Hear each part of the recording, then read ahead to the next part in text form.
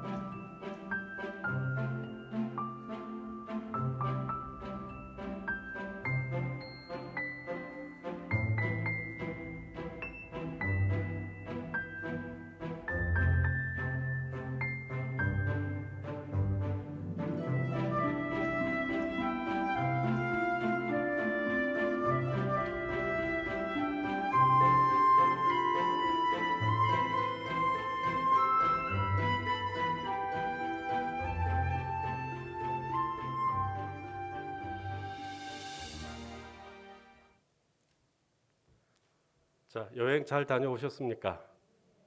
짧고 굵게 봤습니다. 예루살렘에는 크게 세 개의 산이 있습니다. 예루살렘 성전이 세워져 있는 성전산, 해발 750m 됩니다. 그리고 이 예루살렘 시내로부터 남쪽에 시온산이 있습니다. 시온산. 시온산은 성전산보다 조금 높은 765m 정도 되고요. 그리고 예루살렘으로부터 동쪽으로 기드론 골짜기를 한가운데로 했을 때 그 건너편에 있는 산이 바로 감람산입니다.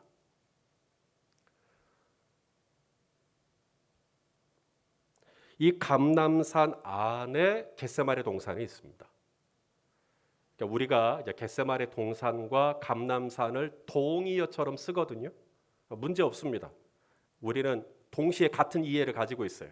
감람산이 겟세마네 동산이고 겟세마네 동산이 감람산이고 괜찮습니다. 틀린 거 아닙니다. 근데 굳이 구분을 하자면 큰 대지파브로서는 감람산이고 그 감람산 안에 영어로는 Garden of Gethsemane, Garden of Gethsemane. 그래가지고 이 큰 감람산 안에 이제 가든 정원이 겟세마네 정원이 있습니다. 이제 우리가 이것을 이제 겟세마네 동산이라고 이제 부르죠.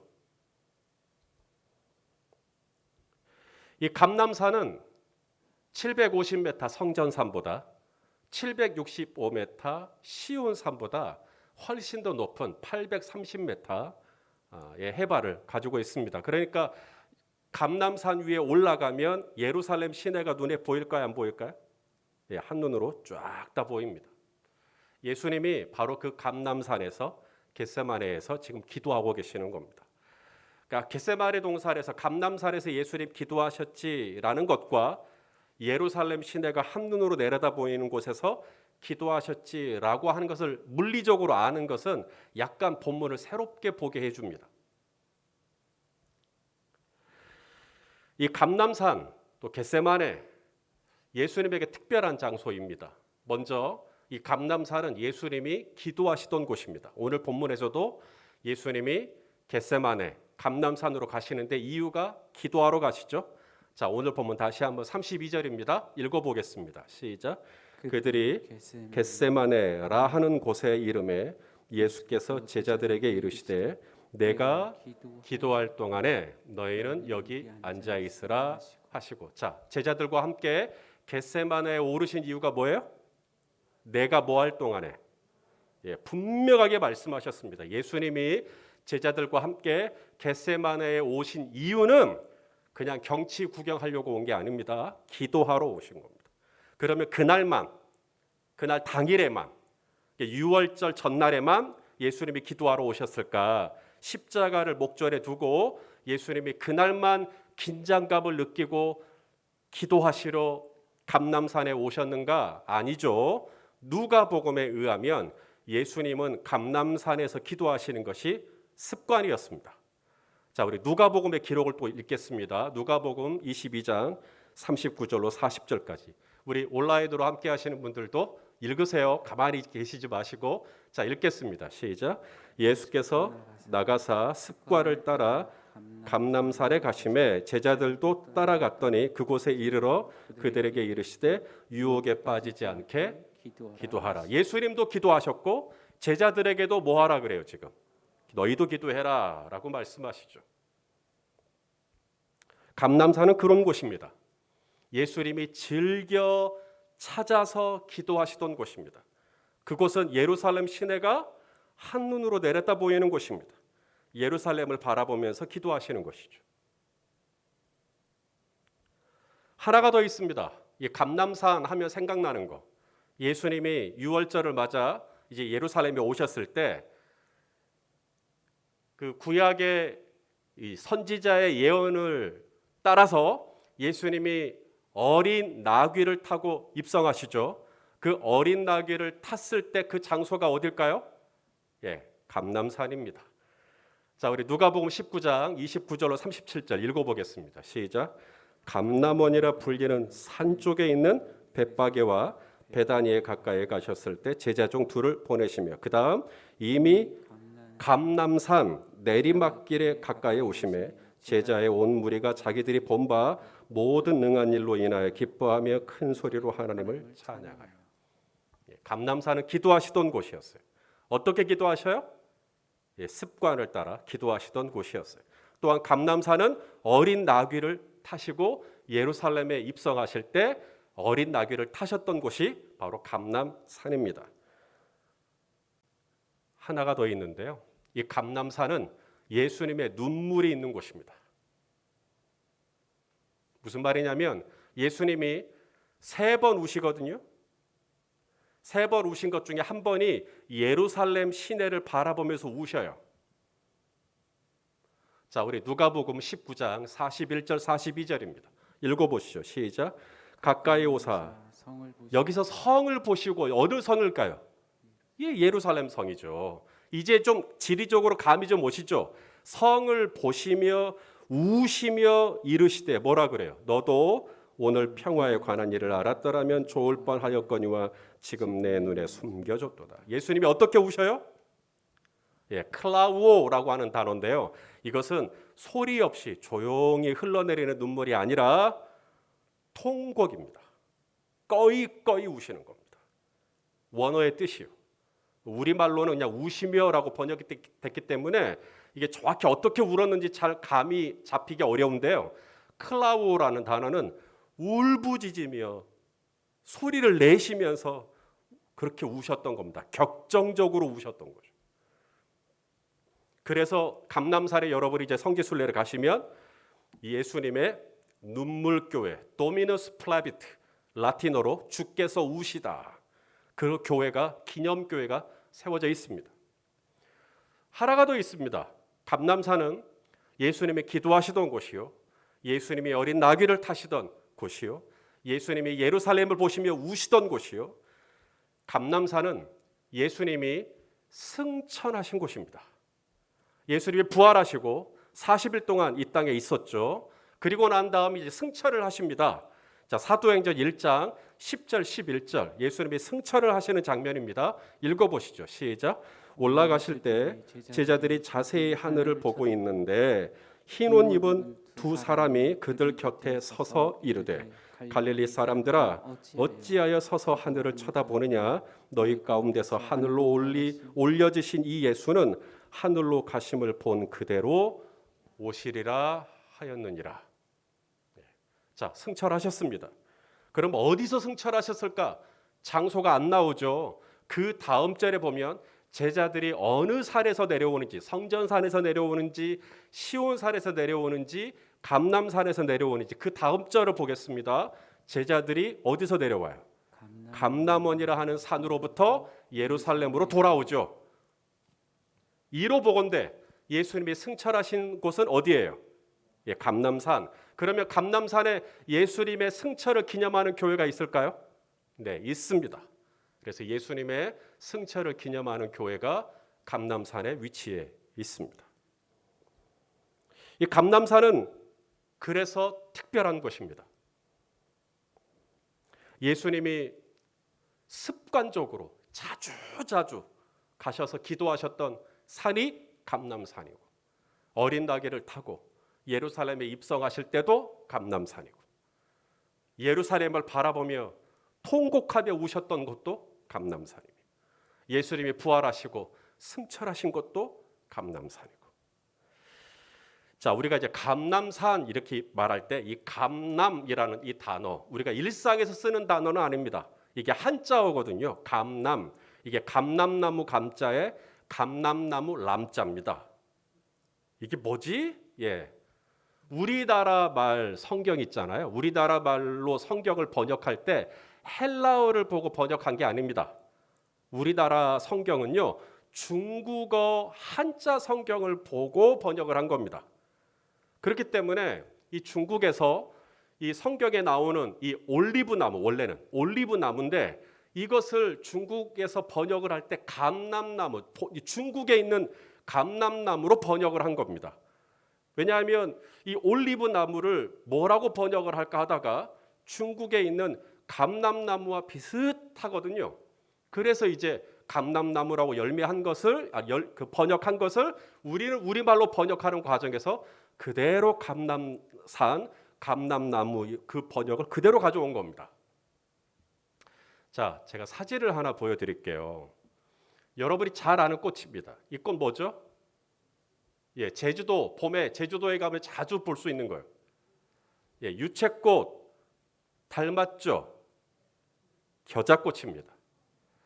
이스라엘에 가면 수도 없이 펼쳐져 있는 꽃이 겨자꽃입니다. 아주 그냥 발에 밟힌다고 해도 과언이 아닐 정도로 흔하게 있는 꽃이 겨자꽃인데 우리는 보통 버스에서 내려다보면 다 무슨 꽃이라 그래요? 유채꽃이라고 우리가 이야기를 하죠.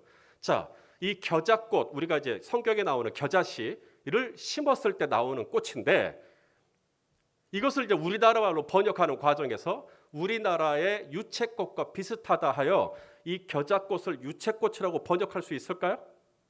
그렇게 번역한 것이 감람나무입니다. 비슷하다는 거죠. 그래서 사진을 보여드릴게요. 비슷하나 다릅니다. 그래서 엄밀히 말하면 성경의 번역은 올리브나무, 올리브산이라고 해야 맞는데 이제 우리나라는 계속해서 지금 감람나무, 감람산으로 불러왔기 때문에 저도 오늘 설교를 감람나무, 감람산으로 제가 설교할 겁니다. 하지만 여러분은 이제 필터가 되셔야 돼요. 목사님께서 말씀하시는 감람나무는 올리브 나무요, 감람산은 올리브살이다 라고 하는 것을 여러분이 인지를 하시고 말씀을 받으시면 되겠습니다. 여러분, 왜 감람산을 감람산이라고 부를까요? 거기에 무슨 나무가 많아요? 예, 감람나무, 올리브 나무가 많기 때문입니다. 오늘날 감람산에 가시면 약 23그루 정도의 이 감람나무를 볼 수가 있는데, 이 23그루 중에서도 8그루가 있는데, 이게 All Nations Church, 만국교회 바로 옆에 있습니다.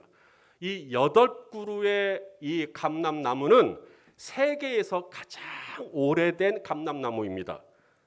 그래서 우리가 이제 성지 순례를 가면서 이 겟세마네 동산에 들어가면 이 감람나무를 설명을 할 때요, 수명이 2000년 이상 되었다는 가이드들의 설명을 듣게 됩니다.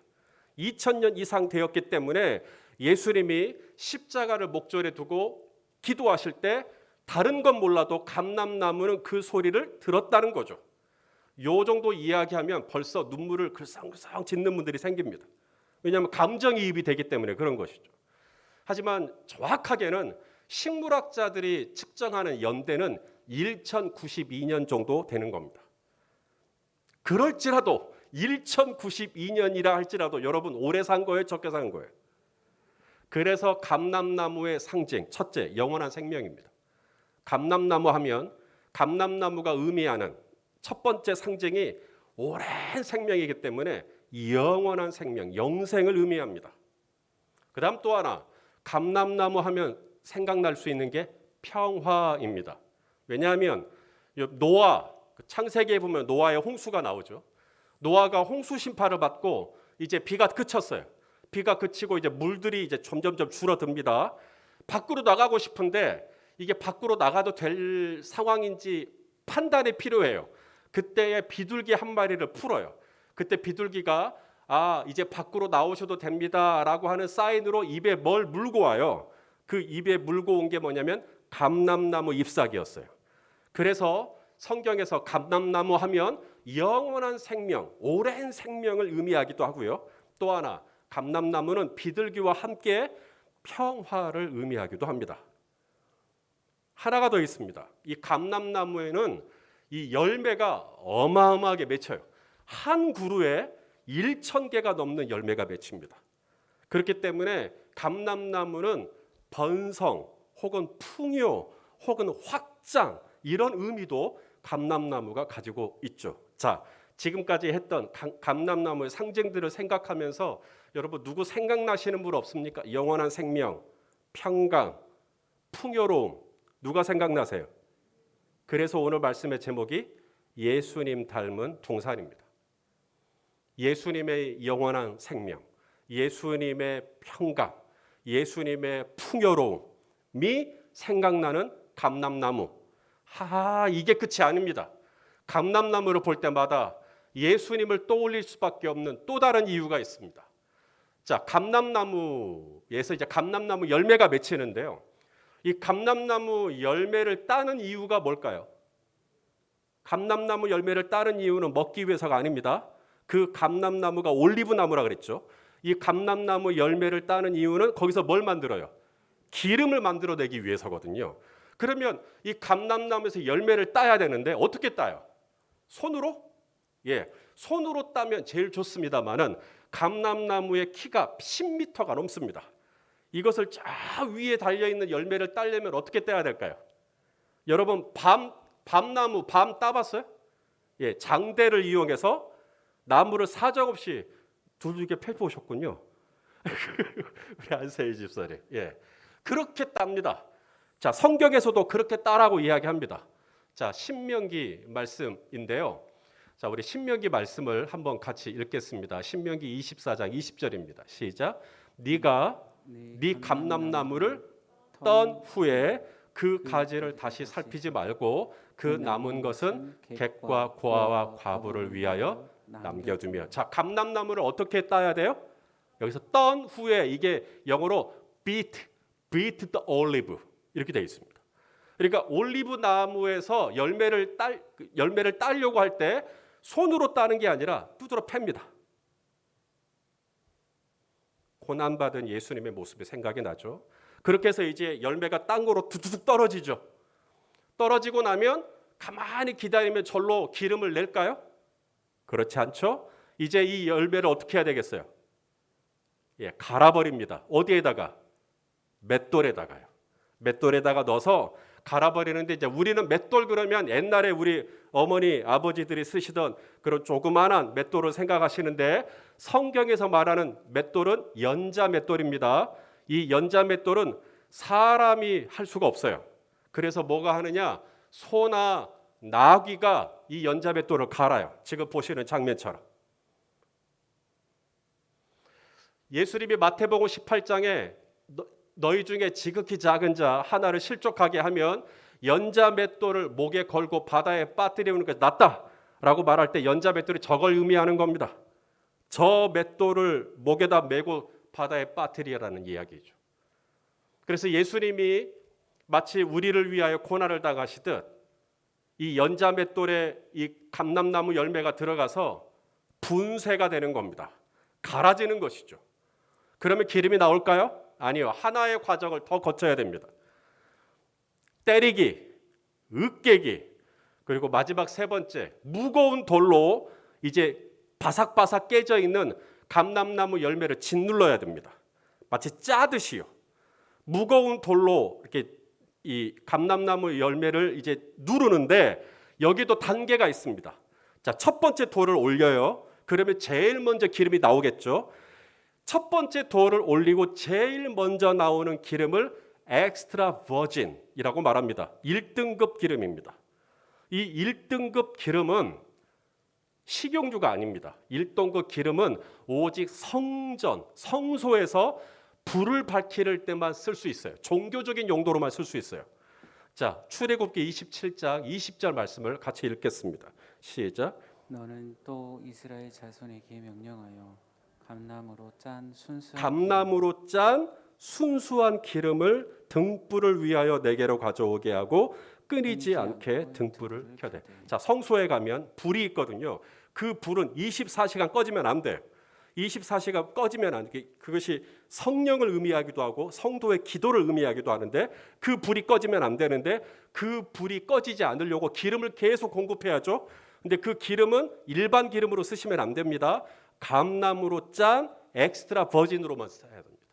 순수한 기름. 그러니까 감나무로 짜면 다 기름이 나오는데, 똑같은 기름인데 어떤 기름을 순수한 기름으로 볼 것이냐? 첫 번째 돌을 올려서 기름으로 나온 기름이 순수한 기름입니다. 자, 불을 또 하나 올려요. 힘을 조금 더 주는 거죠. 그래도 기름이 나오겠죠? 그때 나오는 기름이 식용유로 쓰입니다. 사람이 먹을 수 있어요. 자, 돌을 하나 더 올리죠. 더 올려요. 그러면 또 힘이 들어가니까 기름이 또 나오죠. 3등급 기름입니다. 이 기름은 의약품 혹은 화장품으로 쓰입니다. 돌을 하나 더 올리죠. 얼마나 무겁겠어요? 마지막 네 번째 돌을 올립니다. 마지막 있는 힘을 향해서 짭니다. 그리고 나오겠죠. 그 기름으로 우리가 일반 가정에서 화로에 불을 이제 지피려고 할 때 그 기름을 이용하기도 하며 비누로 만들기도 한다고 합니다. 우리가 이제 겟세마네라고 할 때 히브리어로 갓슈마님이라고 합니다. 이게 기름을 짜내는 거예요. 그래서 영어로 오일 프레스, 이게 겟세마네의 뜻입니다. 기름을 짜내는 틀, 기름을 짜내는 기계라는 뜻입니다. 우리 예수님은 십자가를 목전에 두고 다른 곳에서 기도하시는 게 아니라 막대기로 쳐서 땅바닥에 떨어져서 맷돌에 갈려서 무거운 돌에 짓눌려서 그래서 짜져서 그 기름을 만들던 그 기름을 만드는 곳 갓슈마님에서 지금 기도하고 계시는 겁니다. 그래서 누가 복음을 썼던 누가는 감람나무 열매가 기름으로 만들어지는 과정과 예수님이 인류를 구원하시기 위하여 감람산에서 기도하시는 모습이 닮았다고 생각해서인지 예수님의 기도 모습을 기록할 때 누가는 다음과 같은 인상적인 장면을 기록했습니다. 자, 우리 누가복음 22장 44절 말씀입니다. 같이 읽어보겠습니다. 시작. 예수께서 힘쓰고 애써 더욱 간절히 기도하시니 땀이 땅에 떨어지는 핏방울같이 되더라. 기름을 짜는 곳에서 예수님은 당신의 진액을 짜내서 기도하신 겁니다.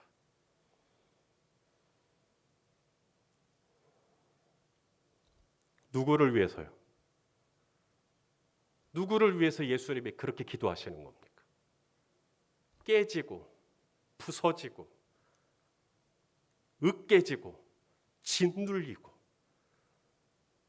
그렇게 기도하신 이유가 뭐예요? 바로 저와 여러분이죠.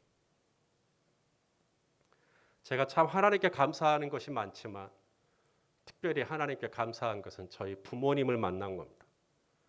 하나님을 신실하게 섬기는 저희 부모님의 기도 소리를 듣고 자란 것을 저는 저의 명예로운 훈장으로 생각합니다.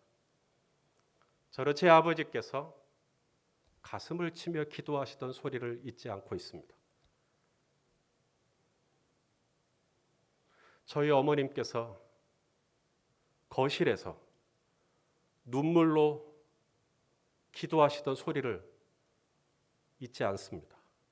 지금도 제 귀에 쟁쟁합니다. 제가 참 문제가 많고 죄인이고 또 많은 죄를 지었지만 제가 막장으로 가지 않았다면 어쩌면 제 아버지의 기도 소리, 제 어머니의 기도 소리를 기억하기 때문일지도 모르겠습니다.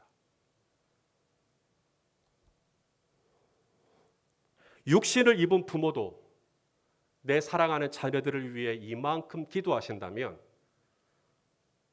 당신의 몸을 십자가에 내어주시기까지 하신 우리 예수님은 저와 여러분을 기억하면서 어떻게 기도하셨을까요?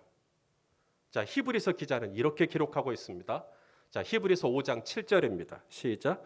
그는 육체에 계실 때 자기를 죽음에서 능히 구원하실 이에게 심한 통곡과 눈물로 간구와 소원을 올렸고 그의 경건하심으로 말미암아 들으심을 얻었느니라. 우리 예수님 어떻게 기도하셨다고요? 심한 통곡과 눈물로 누구를 위해? 저와 여러분을 위해요. 그 소리. 우리가 참 많이 넘어집니다. 저도 이 코로나 시대에 많이 약해지고 무뎌지고 또 넘어집니다. 우리가 왜 이렇게 넘어질까요? 약해서? 예, 우리 약하죠. 그런데 여러분, 내가 약하더라도, 그래서 내가 넘어지더라도 여러분 아주 엎드러지지는 않을 수 있어요. 언제? 예수님이 나를 위해 어떻게 기도하시는지 그 소리를 들을 수만 있다면, 예수님의 그 심한 통곡과 눈물의 한편이라도 내가 들을 수만 있다면, 여러분 예수님의 눈물 소리를 듣고도 죄를 지을 수 있을까요? 예수님의 통곡 소리를 듣고도 아무렇지도 않게 우리가 죄를 지을 수 있겠느냐고요. 예수님의 울부짖음을 듣고도 내가 예배를 빠뜨릴 수 있을까요? 예수님의 이 눈물과 울부짖음을 내가 알고도 내가 여전히 기도의 자리로 나가지 않을 수 있을까요? 이 코로나의 시간을 지나는 이 저희 공동체와 그리고 우리 성도님들을 위해 우리 예수님께서 기도하신 겁니다. 어떻게 기도하십니까? 습관을 따라 감람산에 가셔서 마치 땀이 땅에 떨어지는 핏방울 같이 감람나무 열매가 으깨지고 부서지고 짜져서 기름이 되듯이 그렇게 저와 여러분을 위하여 당신의 온몸을 비틀며 기도하신 그 기도 소리 말입니다. 사랑하시는 성도 여러분, 그 기도가 있었기에 오늘 저와 여러분이 구원받은 것이고, 그 예수님의 기도가 있기에 오늘도 이 주일에 우리가 이렇게 함께 온라인으로 모여 예배하는 것이고, 그 기도가 있기에 우리가 넘어져도 다시 일어나는 것이며, 그 기도가 있기에 우리가 또 이번 한 주간, 다음 한 주간 하나님의 은혜 안에서 우리가 살아가게 되는 줄로 믿습니다. 사랑하시는 성도 여러분, 우리 주님께서 이 마지막 날 겟세마네에 올라갈 때는 당신은 혼자 가지 않았어요. 그 전에는 혼자 가셨거든요. 이 마지막 순간에는 제자들과 함께 가셨어요. 제자들은 다 피곤해서 잠들었지만 그래도 일단 기도의 자리로 데리고는 가셨어요. 저와 여러분에게도 주님이 그렇게 초대하고 계시지 않을까요? 김 집사야, 나랑 같이 가자. 박 집사야, 나랑 같이 가자. 동산 하나도 예수님을 닮았다면, 나무 한 그루도 저렇게 예수님을 닮았다면, 저와 여러분의 삶에 한 절이라도 우리 예수님을 닮아서 그분이 가신 그 감람산에서, 그분이 오르신 겟세마네 동산에서 우리도 부족하지만 손을 들고 무릎을 꿇고 기도하면 어떨까 싶습니다. 사랑하시는 성도 여러분, 누구나 다 힘든 이 코로나의 시간을 지나는 중에 오늘 우리는 겟세마네에서 시작해서 겟세마네로 끝나는 말씀을 받았습니다. 겟세마네 동산에서 우리 예수님 생각하면서 저와 여러분의 삶의 자리에서 기도의 무릎을 꿇고 우리 주님처럼 마음을 다해 사랑하는 사람들을 위해 기도하면서 이 코로나의 시간을 믿음으로 승리하는 우리 모두가 다 되실 수 있기를 예수 그리스도의 이름으로 축원합니다. 기도하겠습니다.